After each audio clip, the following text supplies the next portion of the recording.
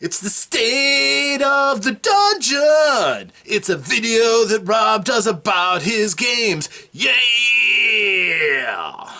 Hello everyone, I am Rob, and this is my State of the Dungeon address.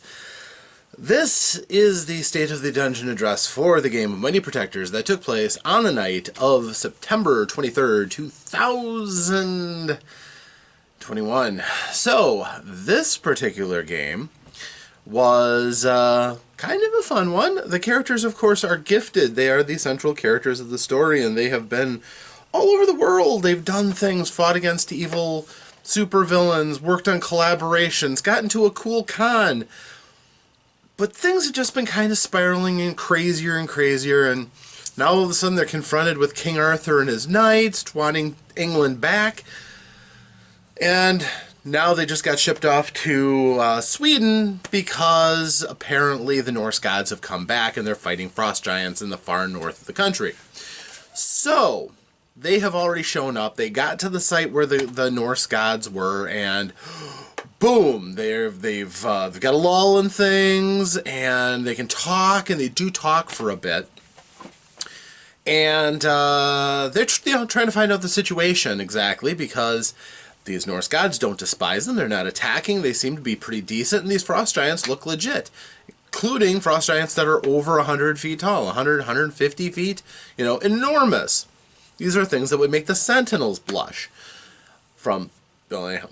So you've got, these super powerful gifted, from what they can observe, standing there in front of them. They talk a little bit, and they seem to be really devoted to their shtick, much like King Arthur was. Notice that a lot of the other gifted that they had met at the cons, even if they appeared to be somebody else, were posers. Batman wasn't really Batman. He was just a guy who had a bunch of gifts and skills, which really kind of made him fit the role fairly well. And there were three separate guys who had some gifts that kind of tied in. The person who won wasn't necessarily the best looking, the guy who looked the most like Christian Bale. No, he was the guy who used his gifts intelligently and was able to function in much the way that Batman would. So while they're here with the Norse, basically Odin, tells them that that Hel has created this portal, and this is a problem because he can't break it right now. He needs some time. And the group is like, we'll go get him some time. With the exception of Muscles, who decided he wanted to try to hold and pick up Mjolnir, because he's incredibly strong. And Thor's like, that's not a good idea. And he's like, please? And Thor's like, okay. So he summoned his hammer, which is basically made out of lightning. His lightning effect basically can be used at melee range and blast things with the force that he usually blasts his elemental effect energy blast with. Well, he tried to grab it, which exposed him to a full blast, and since he wasn't absorbing, he just grabbed this hammer basically shape of a bolt of lightning. He got fried and just about died from the shock. This thing was powerful enough to smash these frost giants, and he grabbed it. Well, one of Thor's other abilities is he can bring people back from the dead, so he brought Muscles back, and they quickly healed him up to the point where he's functional again. He's hurting, but he's functional. And they're like, okay, well, the only thing we can think of is to try to go through the portal. First of all, they faffed around a bit, and finally Saigo sent her astral double to the portal. Could not go through it. Apparently, the other space does not have an astral side, or this portal blocks astral travel, because she could not go through no matter what. So the group jumps through. First of all, to give them credit, they actually did look a little bit, and they noticed that off to the side there's a group of these huge wolves. Now, they've seen the ice wolves before. They're actually made out of ice with red bloody hearts in the center. These don't. These look like they are giant tundra wolves. So, still about 30 feet tall. Everything's bigger in Jotunheim. And so, they were ready for them. They popped through. They ambushed the wolves. The wolves weren't expecting to be attacked. And they got bowled over. First of all, it was nice to see that Sentinel's dice were back on point, and he bowled a couple of those wolves over with his repulsor blast easily. And then the group just kind of set in, pummeling the wolves. The wolves that were left took a few extra shots, but quite honestly, the wolves that got knocked away weren't interested in this fight anymore. And the wolves that remained took a bit of a beating, but eventually they either limped off or got knocked out and killed. So the group was able to exercise their powers, work together, and nobody got tremendously hurt. A couple of nips and bites were had, and again, these are by wolves that are 30 feet tall and so on. But the group has armor and defenses, and they did okay. But what was the impetus that forced them to go through? Well, there happens to be this frost giant army coming. Over 7,000 frost giants, and not the little guys. We're talking, again, 100 feet plus tall. Now, to cover their assets, they had brought the ninja on stage. But as soon as he got there, he just kind of vanished. They don't know what happened to him. As far as other allies, they had a short bit of time to go and talk to Veronica back in the fire base, which is a few miles off. But that's basically just the group at this point, so not a lot to fall back on. So they spent a great deal of time thinking about what to do. I mean, this was the classic hero overthink. I think about an hour of actual physical time, trying to figure out how are we going to stop these frost giants from coming and crushing us. Good thoughts. So what they came on, they thought about setting up explosives, but they really didn't have any proper mines. They just had some charges that Sentinel was carrying around with him. Might be enough to cripple a frost giant, but clearly they're not designed for this particular task. The major thing they're thinking about using it for, though, is leading this army as this huge warrior on a massive black ice horse. And they're like, this guy has got to go down. If he goes down, the rest of them might be able to be stopped. So they're thinking about all these ways they could possibly best this guy, who was dressed in plated iron armor, super thick, and just looked like he was ready to lead this force against the gods.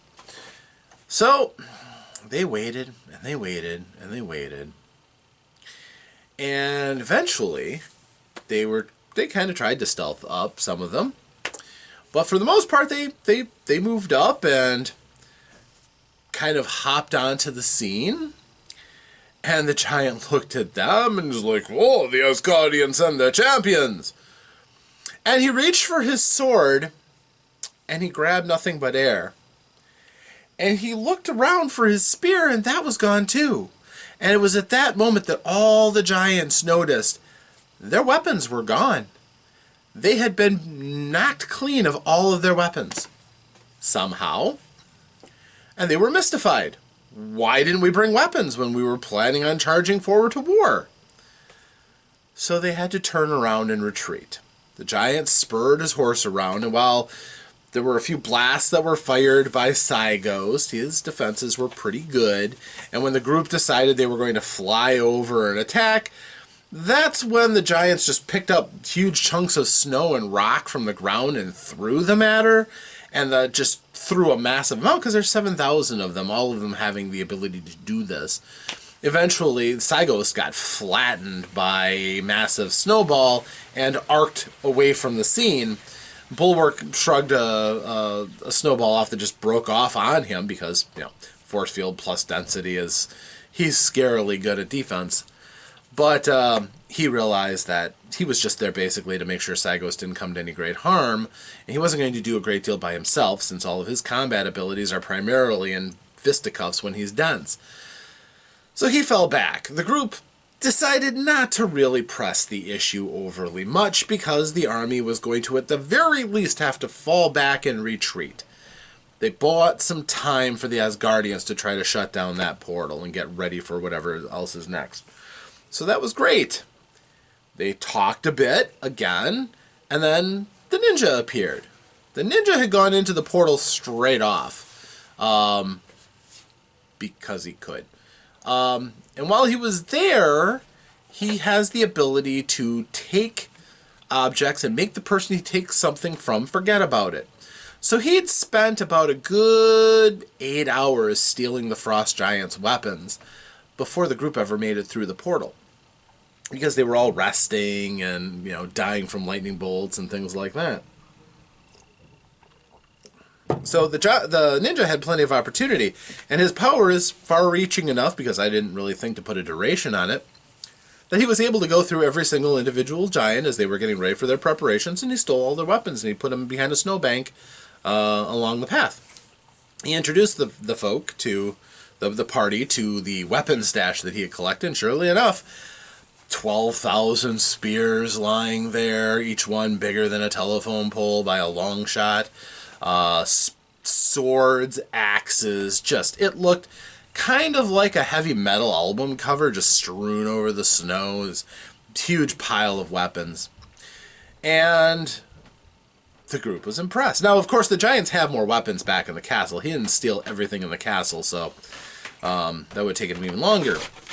And it's his power that he can do things even though he can't physically lift them. Yes, a spear that big should be something he can't handle. Again, it's part of his power. It's a pretty substantial cost that he's got into that ability to purloin whatever he finds the need to. But he did it because the group was not coming up with any clever ideas on how to stop this or slow down this mass of giants. With all the powers they have, they just couldn't concoct anything. So they had a shot. Nothing came of it, which is fine. They thought about ways of sticking through sword points and things in the snow to try to provide a trap for the giants if they try to come back, all of which would have taken far too much time. They had a couple of ideas, but it became pretty quick that it wasn't going to matter. Finally, again, sometimes Rook just forgets his powers, and he checked for a signal while he's over in Jotunheim, and he felt one. He did it by reflex at this point, because his character is so in tune with that ability. And he's like, wow, there's a signal here that I can read. It's a data signal. So they immediately broke off to go and investigate that. And they traveled for several miles, and eventually they came onto before this huge forbidden range of frozen mountains, there was a smaller mountain with a sheared off top, and the flyers noticed that there was a fortress built on top of it. Kind of, a little bit on the down low, but there were several chimneys. This clearly wasn't a frost giant encampment, so they got to the place, and they landed out in the front rather than flying right into the courtyard. And they saw from above that there's several structures here and quite a few people inside, about over 100, and their guards around the walls and everything. And they land, and they're greeted by the guards, and they're like, well, we don't mean you any harm. And they were met by, and now at this point, a figure was walking towards them. He was wearing white robes with fur trim, and he had a staff. And, people were talking, and then all of a sudden, I don't know why, but the player sentinel goes, oh, maybe that's Sven. It was Sven. Now, if you remember Sven, he was a gifted they found very early on in the storyline when they were attacking a cruiser led by some of these black-clad folk. One of the factions that was arrayed against them, Sons of Sekhet. But turned out that this guy was not just a rando person who was thrown in. He was actually incredibly gifted with powers of intelligence, with two major abilities. Number one, he has the ability to his mind is so expanded that he can comprehend sciences that he's never actually learned. So things like advanced fission technology, he can figure out how to do that. Creating the tools that allow him to do things with advanced fission technology, he's been demonstrated to be able to do that. He can do super science quite easily, scarily easily. And a lot of the people who are power brokers were afraid of this guy, Because if he put his mind to something, who knows what he could have done. Well, as it turns out, he took himself away from the game and he was hiding out here. The other power that Sven has is the ability to do probability. And to such a degree with his incredible intelligence that he was able to determine roughly the course of events throughout this entire story so far. Several months of different things going on. Now, he didn't know individuals were going to be gifted, but he eventually kind of figured out what it was all about, and he was ready to tell the group. So when they came back inside, he started, he let them ask questions. But this is basically what it boiled down to. This was the magic moment where the group found out what this is all about. Which, of course, means that as they find out, it means that it's all coming to a head very soon. But that's the world they're in. So, this is what the Gifter Saga is all about. Okay? The characters that have been given gifts are playing out a cyclical cycle of wish fulfillment and human, kind of a conglomeration of humanity's dreams and fantasies and faith that are all taking place of all of these stories that happen throughout history that are coming back. At first, it was a smattering of less powerful people and a real grab bag. The group was one of the first groups who was actually given real substantial powers. And as such, they were able to be the faceplate of the whole operation. They were able to leverage their powers to do several cool things in a world that hadn't known of superheroes just yet. But in using that responsibility, they leveraged themselves. They did help to prepare the rest of the world, set things in motion so that now there's a lot of people who are aware that these superpowered people are around, and the world has kind of adapted a little bit to that. But it's all still relatively new and fresh as more and more people are getting these powers. But why is this happening? Well, as the story turns out, the gifters themselves are human. They are not some aliens, as has been posited. Anybody who knows me knows I would have been really loath to make them aliens. But one of these days I'll have to pull out that card. They were not angels or demons. They were not... I don't know what other people's ideas were, but... a dimensional incursion of a more magical world or something like that. No.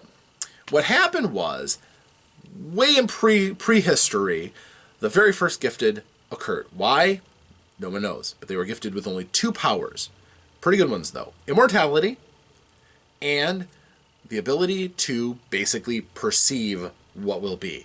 The ramifications of all these different events. And they were kind of set as an arbitrator for this whole affair to eventually happen. This figure saw humanity through its last stages of evolution into Homo sapiens erectus. And they basically just observed everything that was going on. And seeing different people's cultural, flourishes and failures, and going throughout and really kind of absorbing this happening to humanity. After a while, another person got this ability. Same thing, immortality and this precognizance. And there was the first. Probably looked a little weird, because again, not completely evolved yet, but was there and has like, I knew you were going to come. It was just a matter of time, and now you are going to be with me, and we're going to watch our people, these humans, grow and develop. And this happened 13 times. There's 13 of these people, the gifters, who eventually got to be incredibly powerful and influential, if they had chosen to be. For the most part, they sat back and they watched what humanity was going to do. They, with their perspective, appreciated all of these different things and saw the same cycles repeating again and again and again. Mistakes and tragedies that were made kept happening again and again. Great triumphs of civilization rising up. The same hero cycle happening again and again. And they knew that it would just take one moment when the whole world is connected together and everything, every part of the world has been mapped and everything is known, there was going to be something that was going to come along that was going to create enough death, enough uncertainty, enough plain stress and strife that it was going to make humanity very fertile for this all to resurface, to retell all the stories and find out how it all really is supposed to end. Not just with a cycle that begins and ends, but bring everything to a head at once. And that's what the gifters did. They went around and they found people who would match into their story. Some people didn't take the offer, and therefore they're out of the story. They've taken themselves out. And just so happened that, Sven found several of them, because they did have a potential, and he used them to find out exactly what the gifters were shooting for. He found out where they fit in the storyline using his gifts of probability, and they helped him to decipher what this all meant.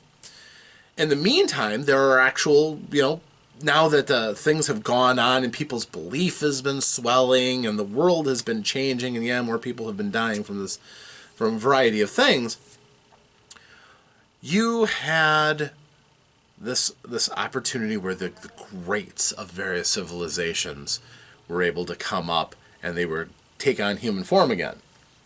So as a result, King Arthur and his knights had their own storyline that was going to unfold. The Norse gods are currently working on their way through Ragnarok. And all over the world, there are other cultures that are experiencing these upwellings of their own mythologies. And not just mythology either. There's other storylines that are happening. Historical events are coming forward. And it's just a lot of things at once throughout human culture. And, sometimes it's a personage from history who's been reincarnated or their echo brought back. So there's a lot of just strangeness that humanity is being forced to look at now.